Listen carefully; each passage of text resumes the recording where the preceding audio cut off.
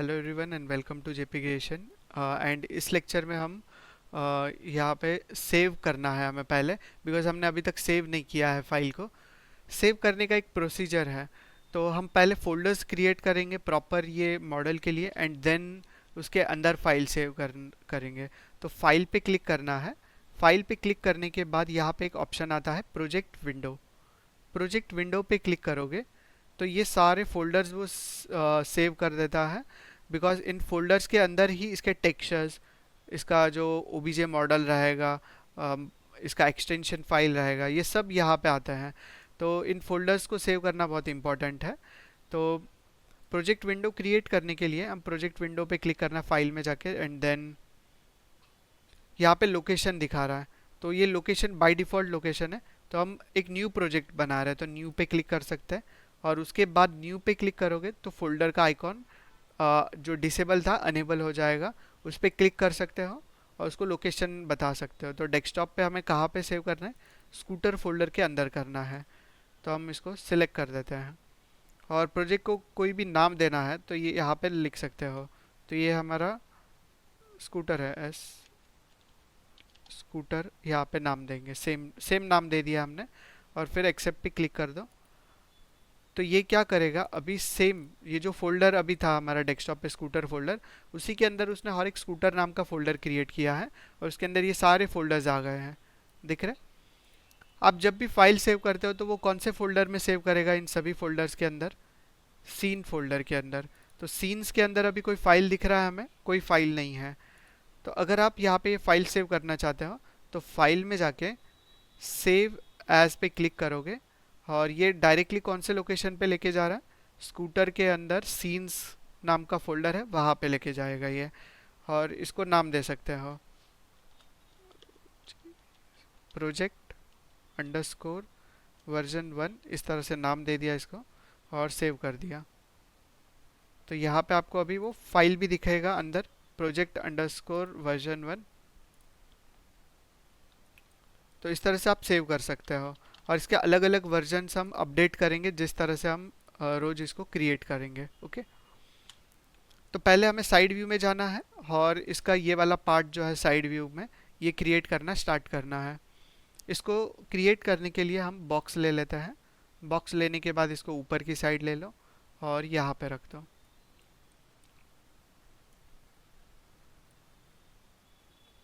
Are press करके इसको scale करना है, देन यहाँ से भी स्केल कर सकते हो। Always scaling is not proper in Maya, so समझ लो मैं इसको डिलीट कर दूँ। डिलीट करके फिर से एक बॉक्स ले लेता हूँ। आप स्केल की जगह पे इसके चैनल्स जो है चैनल बॉक्स के अंदर ये जो इसके प्रॉपर्टीज़ दिए हुए हैं ये यूज़ कर सकते हो। पॉलीक्यूब पे क्लिक करके इसका विड्थ कितना रखना है, हाइट चेंज करना है तो हाइट चेंज कर दिया, डेप्थ चेंज करना है तो यहाँ से डेप्थ चेंज कर दो। डब्ल्यू प्रेस करके इसको थोड़ा सा ये साइड ले सकते हो। ओके, इस तरह से।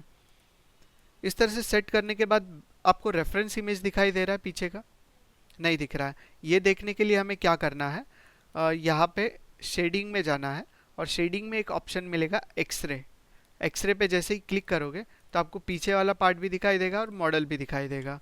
पर यहाँ पे दिख रहा है क्या, फिर से नहीं दिख रहा है। तो ये वाले व्यू में भी, ये आपको हर एक व्यू के लिए सेट करना पड़ सकता है। टॉप व्यू में जाओगे तो यहाँ पे आप अलग से उसको एक्सरे में रख सकते हो, साइड व्यू में जाके उसको अलग से एक्सरे में रख सकते हो। तो हर व्यू को एक्सरे कर सकते हो, और इसको वापस से एक्सरे से निकालना है तो यहाँ पे आके आप क्लिक कर सकते हो। एक्सरे करना है या निकालना है एक्सरे में से, तो उसके लिए आइकॉन भी दिया हुआ है, यहाँ पे इसका आइकॉन दिया हुआ है, दिख रहा है। तो इस तरह से भी हम एक्सरे कर सकते हैं। इसको यहाँ पे रख लो, क्योंकि ये वाला पार्ट क्रिएट कर रहे हैं हम लोग, और ये पार्ट ऑलमोस्ट इतना बड़ा है। अभी हमें पॉली क्यूब में जाना है और इसके अंदर सब डिविजन्स ऐड करने हैं।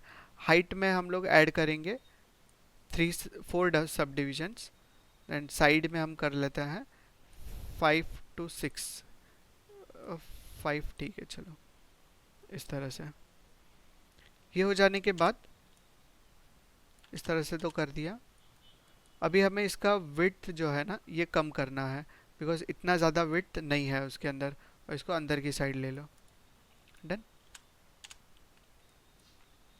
ये हो जाने के बाद हमें जाना है वर्टेक्स मोड में। वर्टेक्स मोड में जाओ और इसका शेप कैसा है, इस तरह से है कुछ। तो ये शेप को हमें अलाइन प्रॉपरली उसी शेप में लाना है। इसके बाहर के जो वर्टेक्स है ना, इनको फिर अंदर का जो वर्टेक्स रहेगा ना, उसको एज फ्लो के हिसाब से हम एडजस्ट करेंगे। तो पहले हमने ये वर्टेक्स को यहाँ पे रख लिया। या तो आप प्रॉपर पिवोट पॉइंट पे क्लिक कर सकते हो या इसके फेस पे क्लिक कर सकते हो, बिकॉज ये उसी फेस में उसको मूव करता है। तो मैंने इसको यहाँ पे रख लिया। इसको आप यहाँ पे रख लो। इसको थोड़ा सा अंदर की साइड मूव करना है। इसको अंदर की साइड मूव करके आप नीचे की साइड ले सकते हो। इसको थोड़ा सा ये साइड रखना है। एक चीज़ ध्यान में रखनी पड़ती है, अभी हम इसको यहाँ पे भी रख सकते थे, करेक्ट है, शेप तो वैसा ही है।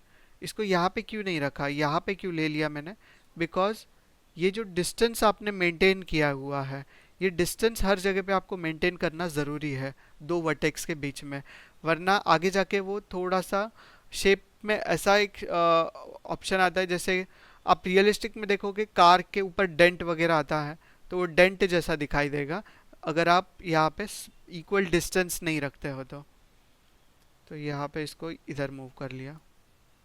इसको नीचे की साइड मूव कर लो। अभी यहाँ पे ये डिस्टर्ब कर सकता है ये वाला वर्टेक्स, बिकॉज इसको नीचे लोगे तो ये ओवरलैपिंग हो जाएगा। तो मैं क्या करूँगा, इसको थोड़ा और नीचे ले लेते हैं। इसको और नीचे ले लो और अंदर की साइड रख लो। और अभी आप इसको सिलेक्ट करके यहाँ पे रख सकते हो इस तरह से। इसको सिलेक्ट करना है, यहाँ से इसको रखना है यहाँ पे। इस वाले वर्टेक्स को यहाँ पे रखना है। इस वाले वर्टेक्स को यहाँ पे रख लिया। इस वाले वर्टेक्स को यहाँ पे रखो और ये प्रॉपर लोकेशन पे ही है। इसके अंदर कोई चेंजेस करने की ज़रूरत नहीं है। ये एक्चुअल में थोड़ा सा नीचे इधर से राउंड होके इधर से जा रहा है ना, तो इसको हम एक काम करते हैं और नीचे ले लेते हैं और यहाँ पे रखेंगे। अब ये नीचे जा रहा है तो ये वाले वर्टेक्स भी थोड़े से नीचे जाएंगे, पर इसको क्रॉस में करना होगा, तो इसको थोड़ा थोड़ा नीचे ले लो। यहाँ पे इसको इधर रख लिया, फिर इसको और थोड़ा नीचे लो, इसको और नीचे लो। बस प्रॉपर फ्लो के हिसाब से वो ऊपर धीरे धीरे जाएगा। एक साथ आप ऊपर या नीचे नहीं ले सकते हो उसको।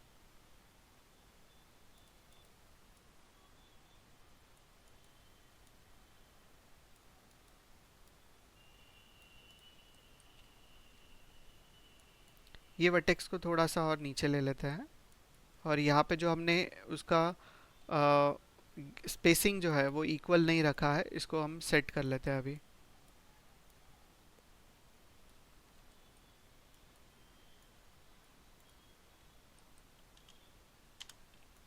ओके, मतलब हमने एक प्रोफाइल तो क्रिएट कर लिया इस तरह से। ये प्रोफाइल क्रिएट कर देने के बाद इसके बीच में ये जो वर्टाइसेस है ना, ये इस तरह से नहीं हो सकते हैं, तो इसको भी हमें प्रॉपर स्पेसिंग देना है। जैसे इसको ये साइड ले लो, तो यहाँ पे एज का जो फ्लो है ना वो उसी अकॉर्डिंग में जा रहा है जैसा वो बाहर का शेप है।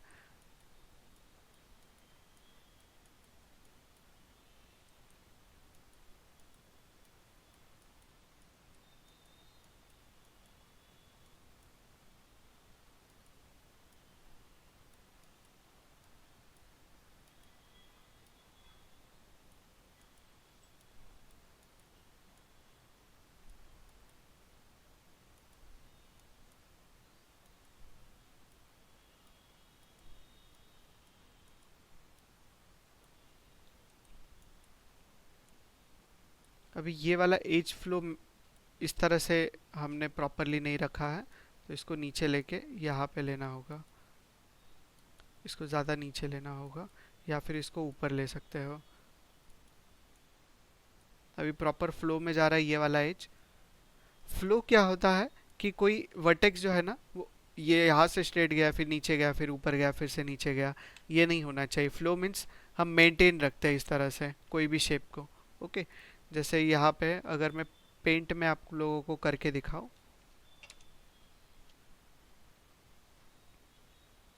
अगर कोई फ्लो इस तरह से है तो नीचे का फ्लो भी प्रॉपर वैसा ही जाएगा, उसके नीचे का फ्लो भी प्रॉपर वैसे ही जाएगा।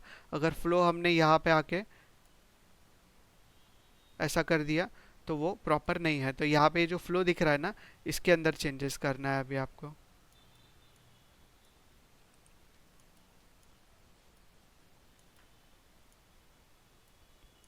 प्रॉपर है अभी एज का फ्लो। ये फ्लो सेट कर देने के बाद देखोगे तो इस तरह से कुछ दिखाई देगा ये। हम ऑब्जेक्ट मोड में जा सकते हैं और इसको सिलेक्ट करके 3 प्रेस कर सकते हैं ताकि इसका रिजल्ट देखें। कुछ इस तरह से रिजल्ट दिख रहा है इसका। यहाँ पे थोड़ा सा डेंट टाइप दिख रहा है अभी तक हमें। इसको सॉल्व करने के लिए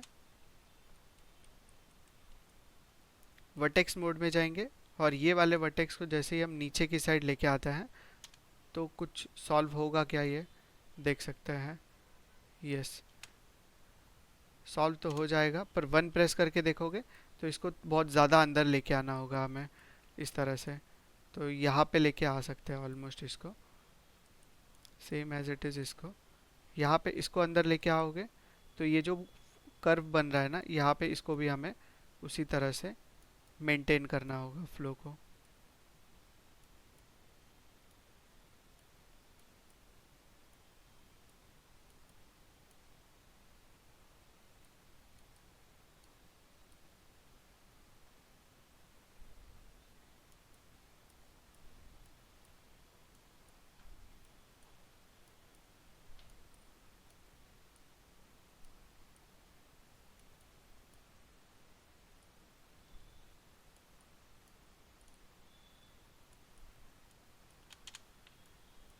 वंस अगेन 3 प्रेस करके देख लेते हैं। अभी इतना ज़्यादा नहीं है पहले जितना। ओके, थोड़ा सा दिख रहा है पर पहले जितना नहीं है। नेक्स्ट हम आगे का पार्ट कर लेते हैं इसका।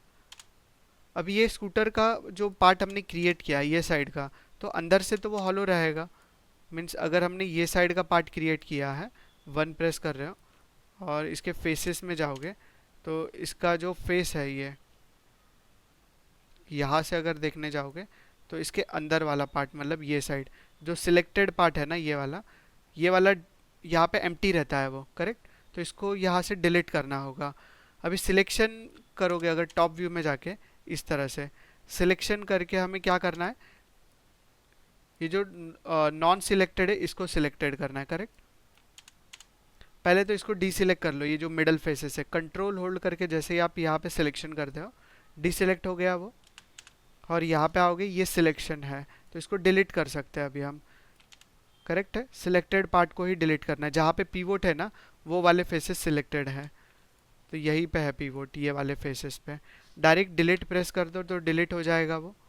डिलीट करने के बाद अभी आप 3 प्रेस करोगे इसको तो कुछ इस तरह से दिख रहा है एक साइड में सिर्फ।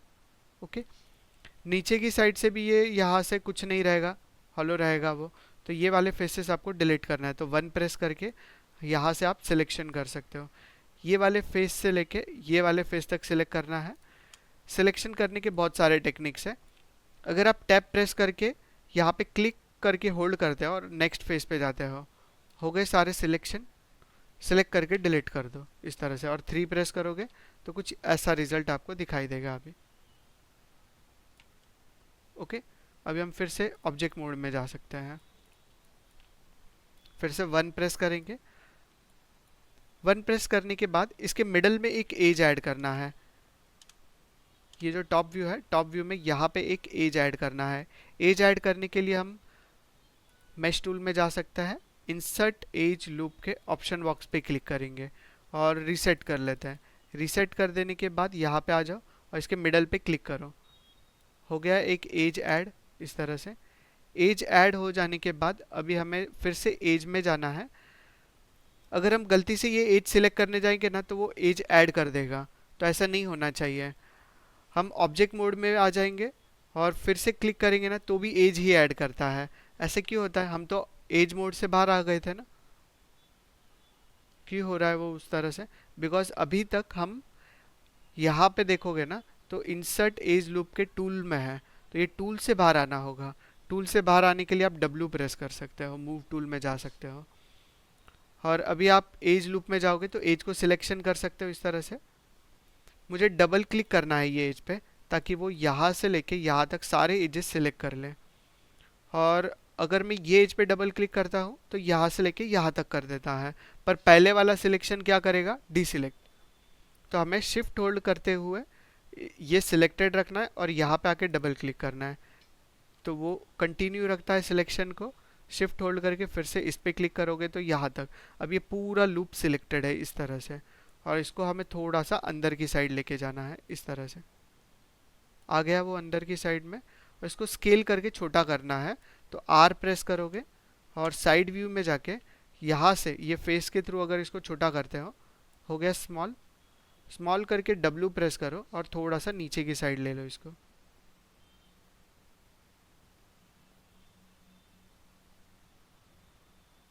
शेडिंग में इसका एक्सरे निकाल सकते हो आप ताकि परफेक्टली देख सको। तो ठीक है, इतना इतना। आप मैन्युअली वर्टेक्स मोड में जाके ये वाला जो वर्टेक्स है इसको और थोड़ा नीचे ले लो ताकि ये स्ट्रेट हो जाए नीचे की साइड से प्रोफाइल। डन, ये स्ट्रेट हो चुका है। अभी अभी हम फिर से ऑब्जेक्ट मोड में जाएंगे और यहाँ पे देखेंगे थोड़ा सा कर्विएचर शेप मिल रहा है साइड में, और इसको सिलेक्ट करके 3 प्रेस करने पे भी कर्विएचर दिख रहा है थोड़ा सा। यहाँ पे डेंट जैसा लग रहा है पर इसको हम सॉल्व कर सकते हैं बाद में। ओके, तो इसके लिए मैं अभी इसको नहीं कर रहा हूँ, बाद में देखेंगे क्या कर सकते हैं इसके अंदर। नेक्स्ट चीज़ हमें क्या करनी है, इसके कुछ वर्टाइसेस सिलेक्ट करना है यहाँ से और उसको बाहर की साइड लेके आना है।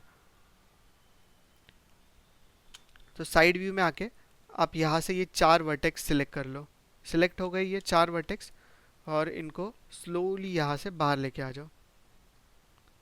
ये हम 3 प्रेस करके सॉफ्ट सिलेक्शन के अंदर ही अभी तक काम कर रहे हैं। अगर ये प्रॉपर नहीं दिख रहा है तो यहाँ से ये वाले वर्टेक्स सिलेक्ट कर सकते हो। सिलेक्शन में अगर प्रॉब्लम आ रहा है तो आप साइड व्यू में जाके ही सिलेक्शन करो। इस तरह से ड्रैग किया, शिफ्ट होल्ड करके अगर आप और कोई पॉइंट्स ऐड करना चाहते हो तो ऐड कर सकते हो। फिर से शिफ्ट होल्ड करके ये वाले पॉइंट्स ऐड करना चाहते हो तो ये पॉइंट्स भी उसके अंदर ऐड कर सकते हो। और अभी इनको बाहर निकालोगे तो कुछ इस तरह से ये बाहर आ जाएगा। फिर कुछ डीसिलेक्ट करना है तो कंट्रोल होल्ड करके फिर से डीसिलेक्शन कर सकते हैं पॉइंट्स का, और इन 4 पॉइंट्स को और थोड़ा बाहर लेके आ सकते हो इस तरह से। अच्छा दिख रहा है अभी ये शेप। यहाँ पे मुझे थोड़ा सा मिस्टेक लग रहा है बैक साइड में।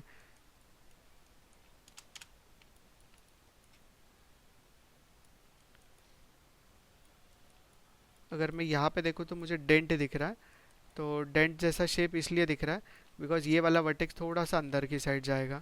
अगर आप वर्टेक्स में जाओगे और ये वर्टेक्स को सिलेक्ट करोगे तो ये थोड़ा अंदर की साइड जा सकता है। यहाँ से 1 प्रेस करके देखोगे कुछ इस तरह से ये वाला भी थोड़ा सा अंदर की साइड जा सकता है इस तरह से। और अभी आप 3 प्रेस करोगे ना तो कुछ इस तरह से दिखाई देगा वो। चला गया डेंट।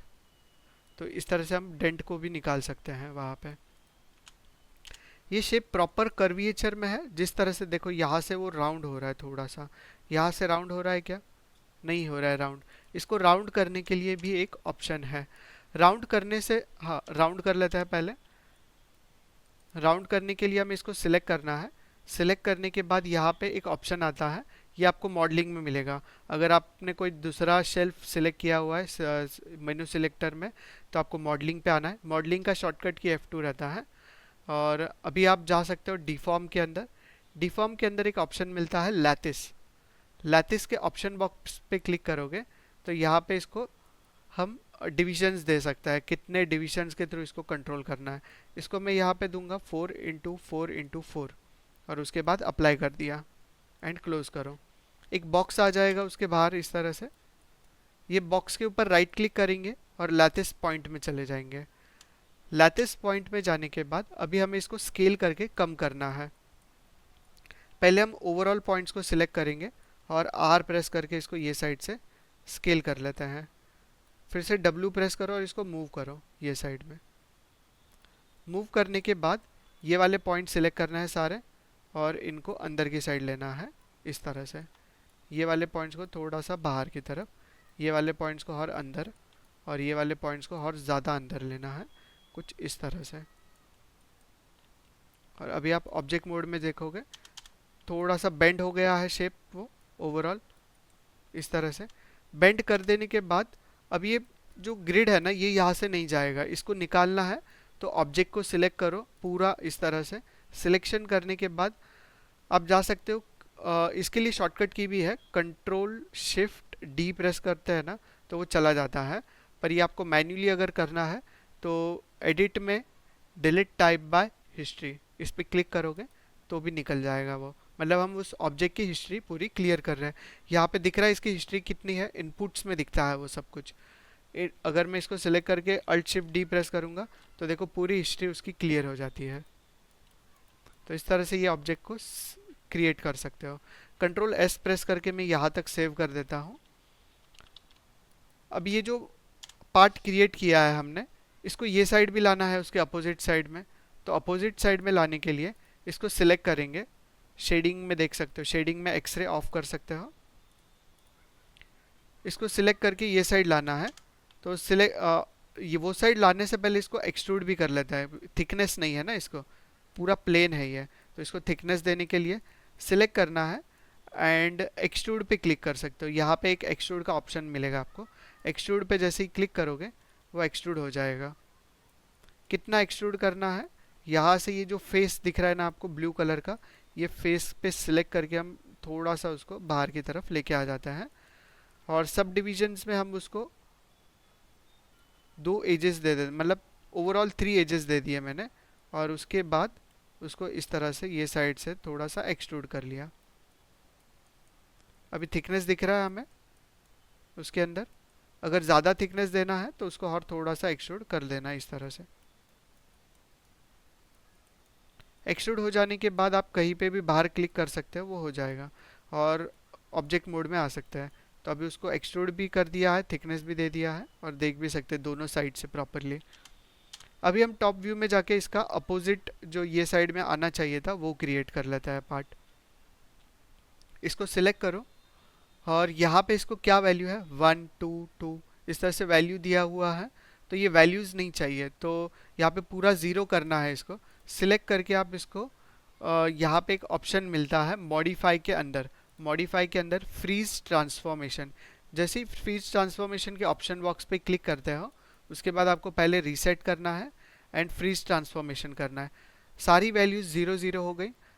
अभी अगर आप इसको यहाँ से सिलेक्ट करके with the help of move tool कहीं पे लेके जाओगे और इसको यहाँ पे आके फिर से 0 करोगे तो क्या होगा, उसके ओरिजिनल लोकेशन पे वो आ जाएगा। ओके, पर इसके पहले जब इसको वैल्यू थी और इसको 0 कर देता तो ये मिडल में यहाँ पे आ जाता। तो इसीलिए इसको फ्रीज ट्रांसफॉर्मेशन करना इम्पॉर्टेंट है।